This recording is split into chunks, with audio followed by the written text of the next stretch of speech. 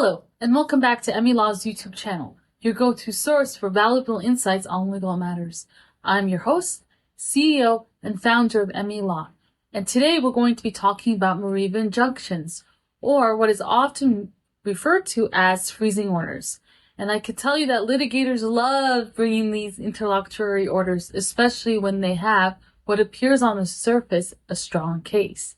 Now, I'm going to try to make it as simple for you to understand. So what I mean by that is I'm going to not make it as legal sounding so that it's easier for you to understand how what the process involves and what it entails, okay? Almost always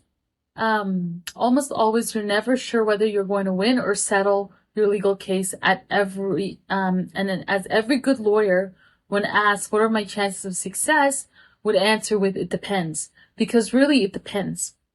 You could have case law that really is for your matter, but the other party could convince the judge otherwise. So really, it all that comes down to it depends. But a good lawyer would be able to explain to you the difference in the case law. Now imagine that you're in a courtroom battle and your opponent is trying to hide their assets to avoid paying up if they lose the court battle. This is where a freezing order comes into play. A freezing order is considered an extraordinary legal tool that is designed for you to prevent just that, or what lawyers refer to as asset dissipation, before a judgment is even reached.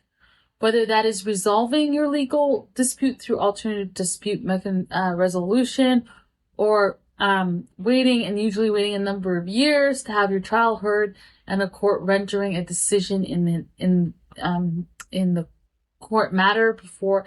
matter before the court. This allows you to make sure that the assets are frozen so that they're available to you should you win your claim. Now, a Mareva injunction is, like I said, is no ordinary court order. It's really a preemptive strike, freezing assets to stop a defendant from moving or dissipating them before a trial concludes. It is a powerful legal remedy and is an exception to the rule that a plaintiff cannot seize assets before a final judgment. Why? Because it prevents a defendant from dodging their obligations by playing hide and seek with their wealth. Jurisdictionally, Mareva injunctions are grounded in the court's inherent power to grant an injunction which is deemed just or necessary. Laws like Ontario's Court of Justice Act provides a framework for such measures, ensuring fairness and preventing the abuse to take place in the legal process.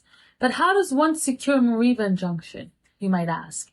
It really isn't easy. The party, usually the plaintiff or the applicant that is bringing the injunction, must demonstrate the following. First and foremost, a Mareva injunction is a discretionary remedy. And in order to show that it would be just or convenient for the court to grant a Mareva injunction in a particular case, the plaintiff must establish the following. 1, that they have a strong case on the merits. In Ontario, you bring a notice of motion for a Mareva injunction after filing your action with the court. Second, in Ontario, the plaintiff must demonstrate that there's a real risk of asset flight. And third, that the freezing of assets is more beneficial than harmful. Moreover, there are strict guidelines, okay? Plaintiffs must fully disclose all relevant information, specify their claims, and prove there's a genuine risk of asset dissipation. They also need to promise to compensate the defendant if the injunction is later found to be unjustified. In Ontario, a motion for a Mareva injunction may be made without notice, or what we like to call lawyers ex parte. If you are bringing your motion, okay, for a Mareva injunction without notice, the onus is again on the moving party to make full and fair disclosure of all material facts. A failure to do so is grounds for setting aside an order obtained. Now, the following points summarize what is meant by full and frank disclosure of all material facts. Please turn to an important case of the Ontario Court of Ontario Courts, called Boyle and International Capital Management, Inc., and it's a case that summarizes what is meant by full and frank disclosure of all material facts. Number one, when arguing the facts, the moving party cannot take unfair advantage of the absence of the adversary. Number two, the moving party cannot intentionally mislead or deceive the court. Number three, the moving party is obligated to fairly represent both its case and the material facts that favor the position of the opposing and absent party. And number four, the moving party is not obligated to argue against its own position or to argue both sides of the case. Also note that in Ontario, the motion for Mareva injunction must be brought before a judge as what is outlined in Ontario Rules of Civil Procedure. That's in Ontario. In British Columbia, an application for Mareva injunction is brought by way of a notice of application and is made without notice to a proceeding judge at the courthouse in which the proceeding is being conducted, unless the court registry orders otherwise. And this is outlined in the Supreme Court Civil Rules of British Columbia. In British Columbia, the ultimate question on applications for pretrial injunctions, including those for Mareva injunctions, is whether it is just or convenient for the courts to exercise the discretion and grant the relief which is outlined in Section 39 of British Columbia's Law and Equity Act. Now, you can see it's almost similar to Ontario, but in British Columbia, it's actually found in an act. In order for it to be just or convenient for a British Columbia court to exercise its jurisdiction under Section 39 of the Law and Equity Act and grant a Mareva injunction, an applicant must satisfy the court that under this flexible test, A, there is a strong prima facie case or good arguable case on the merits of the underlying claim. B, there's a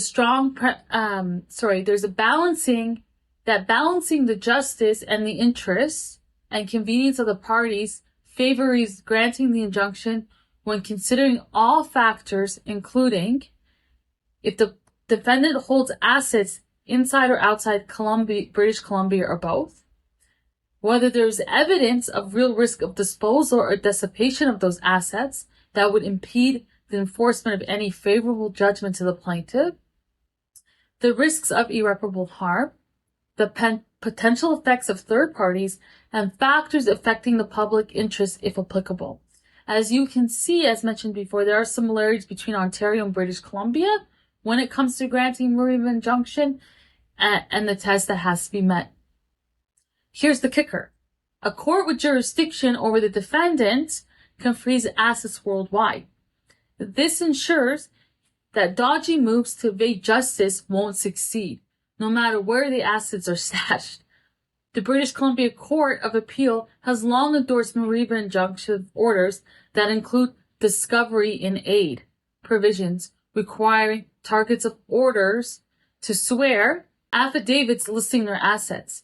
The main purpose of such listing affidavits is to facilitate enforcement of the order and confirm compliance with it. In Ontario, if a Mareva injunction is granted without notice, the plaintiffs must serve the resulting order on the defendant, who will have an opportunity to set the order aside or vary the injunction. If you have any questions about Mareva injunctions in both Ontario and British Columbia, please reach out to us. And remember, today's information isn't legal advice.